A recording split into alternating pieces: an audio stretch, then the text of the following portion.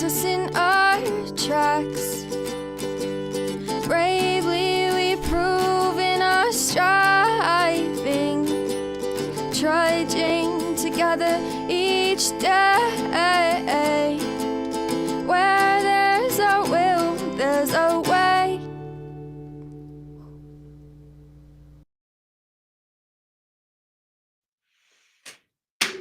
Good afternoon. Hello, Amber. Good to see you again. Feels like it's been 11 minutes since I saw you last. Because it has been 11 minutes. So. Oh, there, I put it there. Man. What a day. I apologize to anybody listening earlier. And sorry for the partial nudity there. But yeah, I was on a roll earlier too, man. And all of a sudden the power just went out. God said, "Let there be no light." And there was none. Even the 5G went down. Everything was down. It was like the satellites and everything had been bloated up. So, yeah. We're going to be in the 12 by 12 step 10 today. I call it the human step. Call it the human step. Because it gives us the right to be wrong. And guess what? We're alcoholics. So we're often wrong. You want to know how an alcoholic is wrong? Their mouth is moving. Old joke. Old joke.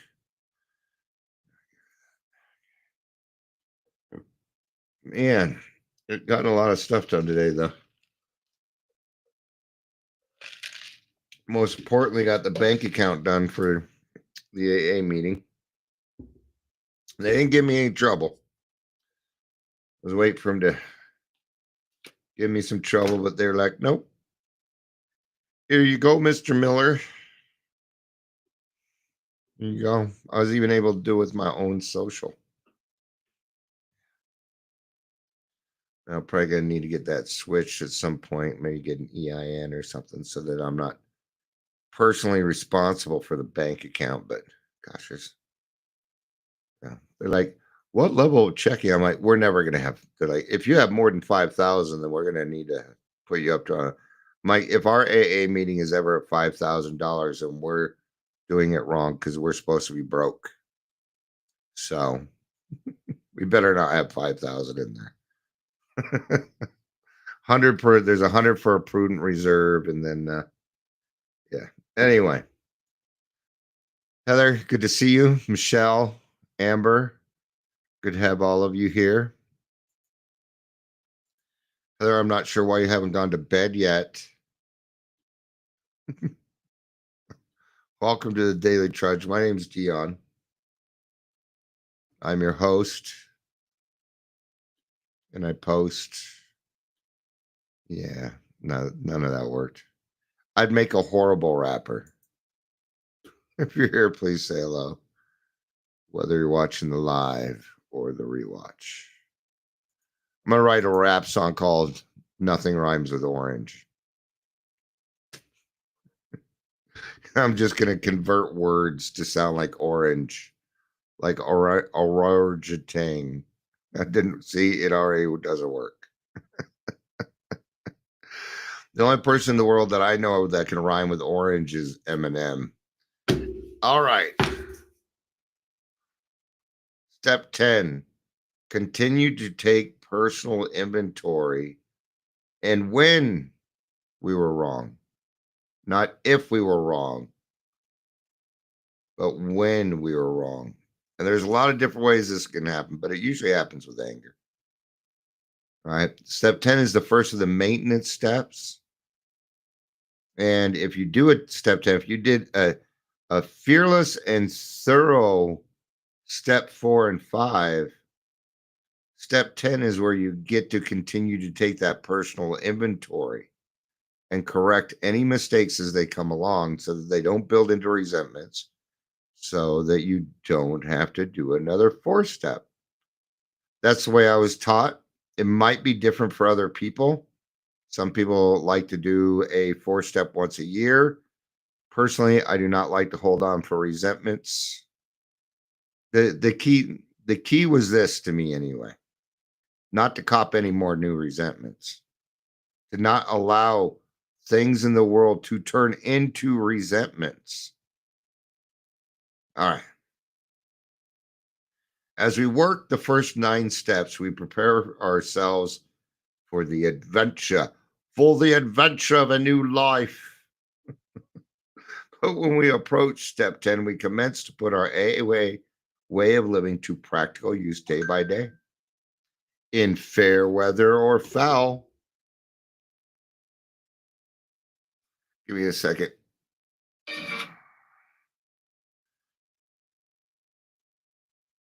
Can you give me about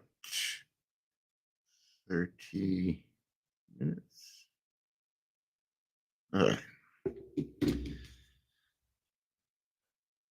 But when we approach and we commence to put it to practical use, then comes the acid test. Can we stay sober, keep an emotional balance, and live to good purpose under all conditions?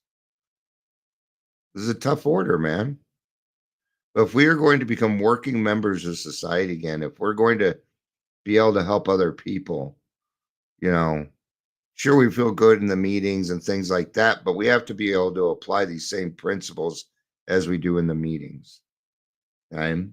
A continuous look at our assets and liabilities and a real desire to learn and grow by this means are necessities for us. We alcoholics have learned this the hard way. More experienced people, of course, in all times and places, have practiced unsparing self-survey and criticism. For the wise have always known that no one can make much of his life until a self-searching becomes a regular habit, until he is able to admit and accept what he finds, until he patiently and persistently tries to correct what is wrong. All right? An unsparing self-survey, this means that we're going to have to look inward a lot. We're going to have to check on ourselves. Maybe we had an intrusive thought. We're going to try and take care of that before it comes out of our mouth. It doesn't matter how long you've been sober. 80% of the program's keeping your damn mouth shut. We're reactive people. And when a drunk has a terrific hangover because he drank heavily yesterday, he cannot live well today. But there's another kind of hangover which we all experience, whether we are drinking or not. That is the emotional hangover. The direct result of yesterday's and sometimes today's excesses of negative emotion. Anger, fear, jealousy, and the like. If we would live serenely today and tomorrow, we certainly need to eliminate these hangovers. This doesn't mean we need to wander morbidly around in the past. It requires an admission, corrections of errors now. Our inventory enables us to settle with the past. When this is done, we are really able to leave it behind us. When our inventory is carefully taken, we have made peace with ourselves, a conviction following that tomorrow's challenges can be met as they come. Take care of things as they come. And then what happens is then it doesn't even go to resentment. This is what we call setting ourselves up to succeed. Because we already learned it the hard way, just like it said. We learned the hard way already. Although all inventories are alike in principle, the time factor does distinguish one from another. There's a spot check inventory, taken at any time of the day. Whenever we find ourselves getting tangled up, There's the one we take at day's end. When we review the happenings of the hours just past, here we can cast up a balance sheet, crediting ourselves with things well done and chalking up the debits where due. Then there are those occasions when alone, or in the company of our sponsor, spiritual advisor, we make a careful review of our progress since the last time. Many A's go in for an annual or semi-annual house cleaning. Many of us also like the experience of an occasional retreat from the outside world where we can quiet down for an undisturbed day or so for self-overhaul meditation. So see, there's a lot of different ways to get it completed, right? Because here again, we're not all the same. We're not all the same. Personally, I prefer to get take care of right then and there. It's just, I've gotten kind of good at it, so I try and take care of it right there, and let's remember, not everything that we do in AA or any kind of review we do is in red ink. It's a sad day indeed when something didn't go right, man. All right. So part of this also was saying that you could start your day over anytime you want. Absolutely. Hi, Stephanie. Good to see you. Good to see you. What, were you at the 3:00 meeting, or do you mean this one? Either way, it's good to see you. All right. Aren't these practices joy killers as well as time consuming? Hey, Jillian, good to see you. Must AA spend most of their waking hours drearily rehashing their sins of omission or commission? Well, hardly. The emphasis on inventory is heavy only because a great many of us had never really acquired the habit of accurate self appraisal. What we're going for here is character building. That's what we're going for. Right? Now, and here's the key. If we've done, if one of our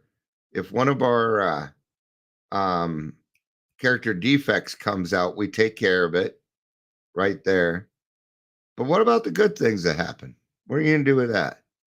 Well, we claim spiritual progress. We claim it. A couple ways to do that.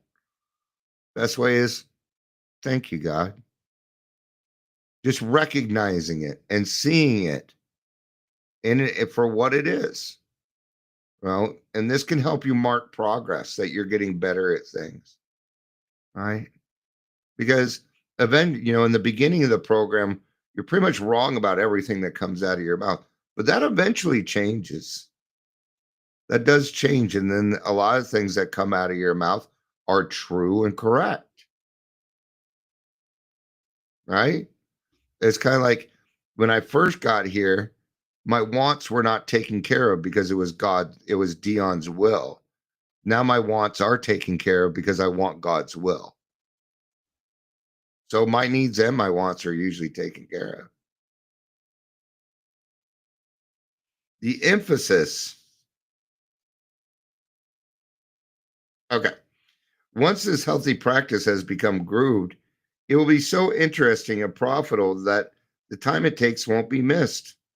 For these minutes and sometimes hours spent in self examination are bound to make all the other hours of the day better and happier. And at length, our inventories become a regular part of everyday living rather than something unusual or set apart. Before we ask what a spot check inventory is, let's look at the kind of setting in which such an inventory can do its work. And if you'd like to follow along, I'm on page 60 right now in the 12 by 12. I'll even take some talking juice here real quick so you can get there.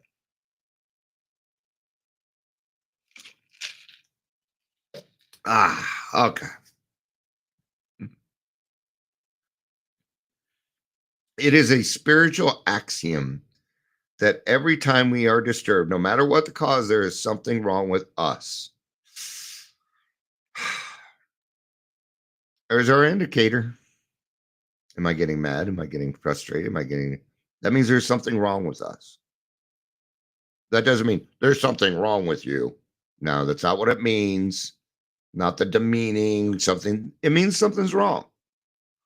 You don't need to beat up on yourself about it. Remember, this is the human step, which gives you the right to be wrong. And if this is the way that I see it, if being wrong makes it right, then I'll be wrong. How else are we going to find out? Why? Because we alcoholics learn the hard way. And that doesn't really change. It's our attitude around it that changes. God, thank you for helping me recognize that maybe I was a little hangry today. The key is you go to halt. If your day is disturbed, take a look at one of four things. Are you hungry, angry, lonely, or tired?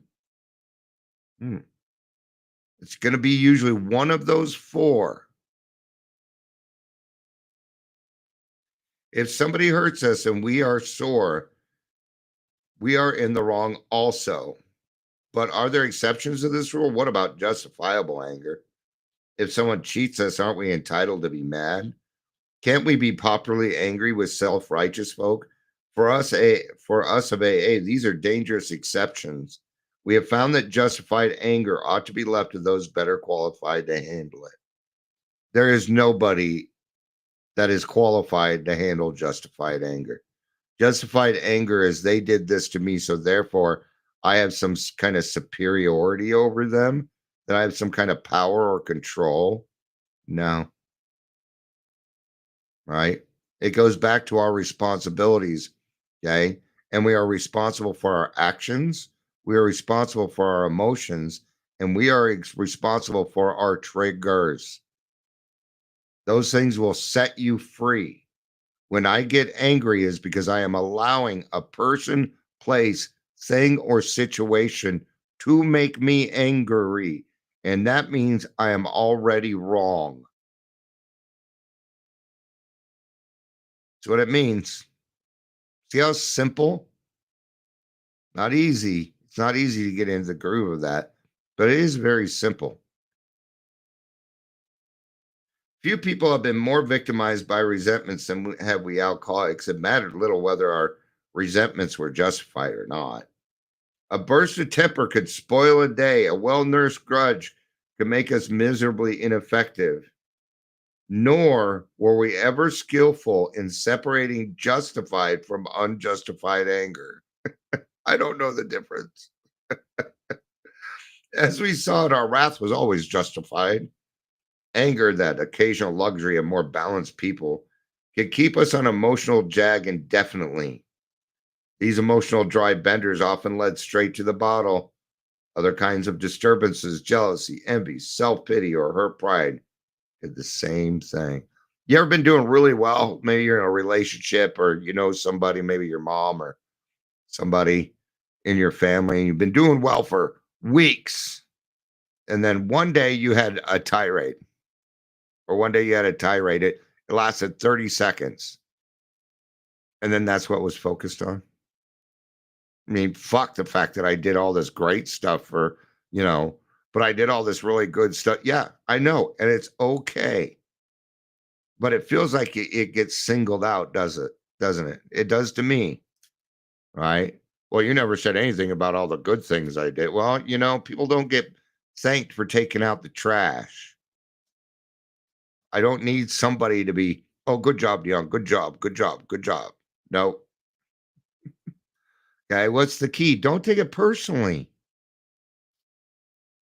Correct the error and get on with your day. There is no reason to hand out blame, shame, or anything else. There's no reason to feel guilty. Sometimes I'll do something. I'm like, oh, you know what? I caught that. I apologize for that. I want you to notice I noticed it and I am working on it. Oh, well, you don't need to feel bad about it. Well, I don't. I don't feel bad about it. I say I felt guilty, but thanks for trying to save my feelings. It's usually and I don't say that. I just, okay, thanks. But see, I don't feel bad. I don't need to feel guilty about it. Not always. Sometimes guilt can do the right things, right? A spot check inventory taken in the midst of such disturbances can be a very great help in quieting stormy emotions. Today's spot check finds its chief application to situations which arise in each day's march. The consideration of long-standing difficulties had better be postponed when possible to times deliberately set aside for that purpose. The quick inventory is aimed at our daily ups and downs, especially those where people or new events throw us off balance and tempt us to make mistakes. I hate it when somebody fucking changes the plan on me. It irritates the fuck out of me. My wife does it a lot. She did yesterday on the way home. And I got mad at her. Okay, well, what did I need to do? That's a daily up or down. You ever been driving along, cruising along, you're doing just great. Then some motherfucker cuts you off with no blinker, almost hits you. Blah, blah, blah, blah. Maybe they throw their cup out the window, hits your windshield. Oh, I'm being interfered with. The car is the best place to practice these principles. It is. It is the best place to practice these principles. All right. You don't even know that person. You're allowing them to make you angry. That's childish. And it's not just alcoholics that go through that. It says quite a lot that it's the dubious luxury of normal men or normal folks, things that can handle it better. No, it's not. No, resentments are bad for anyone. Anger is really bad for anyone. Okay? Anger and resentments can give you a heart attack. I know. I had one at 42. In all these situations, we need self-restraint, honest analysis of what is involved, a willingness to admit when the fault is ours, and an equal willingness to forgive when the fault is elsewhere. We need not be discouraged when we fall into the error of our old ways, for these disciplines are not easy. We shall look for progress, not for perfection. Our first objective will be to develop this development of self-restraint. This carries a top priority rating. I said it in the beginning, 80% of the program is keeping your darn mouth shut. Well, they say, give it 2 seconds before you react. You're an alcoholic. Give it 4. Give it 4 seconds. Nobody notices. Fuck, if you need, take 10 seconds.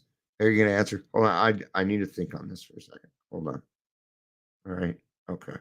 Because when I take my time, what I'm telling them is, I hear what you're saying, and so I'm holding space for a little bit so I can make sure that I understand what it is that you're saying and that I can act appropriately.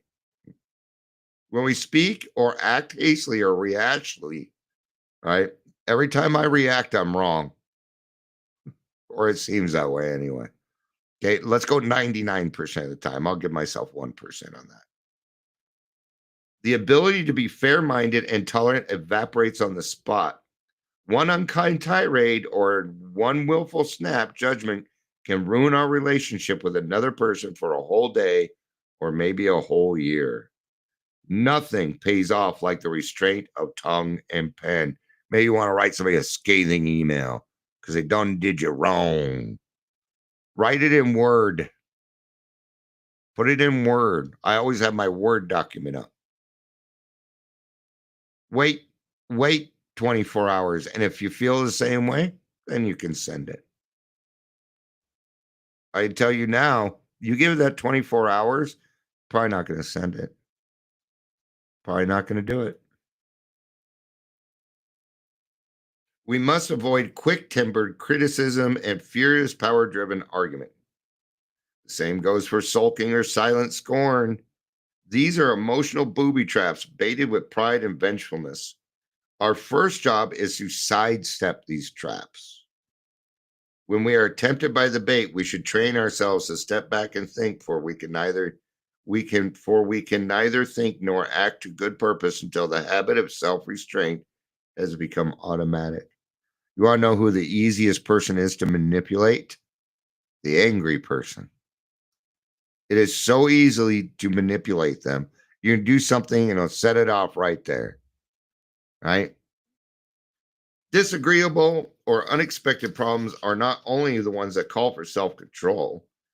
We must be quite as careful when we begin to achieve some measure of importance and material success. All right, so now we're going to get into some humility here. For no people have ever loved personal triumphs more than we have loved them. We drank of success as a wine, which could never fail to make us feel elated. When temporary good fortune came our way, we indulged ourselves in fantasies of still greater victories over people and circumstances, thus blinded by prideful self-confidence. We were apt to play the big shot. Of course, people turned away from us, bored or hurt. All right, and I'm going to kind of have to wrap this up because I got to make a phone call here. Now that we are in AA and sober and winning back the esteem of our friends and business associates, we find that we still need to exercise special vigilance. A lot of it out there. Got to have them titles. That right now they come in the form of recovery coaches. It's big shotism. It is. I don't need a title anymore. I don't need to be a super promoter. How about I just be another member of Alcoholics Anonymous? You know, one time I went to a meeting and there's no double dipping in this meeting, but the person chairing the meeting said, "Well, Dion can double dip because I really like what he has to say." I'm like, no, either everybody can double dip or no one can double dip. I don't like being put aside, even if it's for a matter of importance. And I love being the center of attention, but it's got to be for the right reasons. Like this, I'm the center of attention, but you wouldn't think it, but it's mine. I'm speaking, I put it together. I literally pay for your attention because it's all cost money. That's kind of funny though.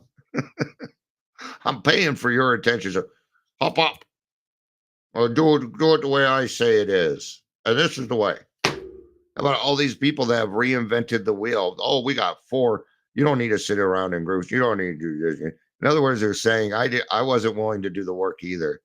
So here's how you can lead a miserable life also. But why don't you join me? Because misery loves company. And then you could have my master class of misery. All right. As an insurance against big shotism, we can often check ourselves by remembering that we are today sober only by the grace of God, and that any success we may be having is far more His than ours. I didn't get me sober. I don't keep me sober. I thank God for everything. Is it my success? Sure, I get the benefits of it. Sure, I do. These dividends that I get at the extra end of the day of happiness and joy and love and brotherhood. Yeah. Finally, we began to see that all people, including ourselves, are to some extent emotionally ill as well as frequently wrong.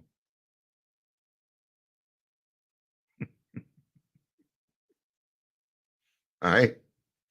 Be a truth seeker and you'll see how much you're wrong. All right. And then we approach true tolerance and see what real love is for our fellows actually means. It will become more and more evident as we go forward that it is pointless to become angry or to get hurt by people who, like us, are suffering from the pains of growing up. So we're all, to an extent, emotionally ill. Most of the time, it's just somebody has a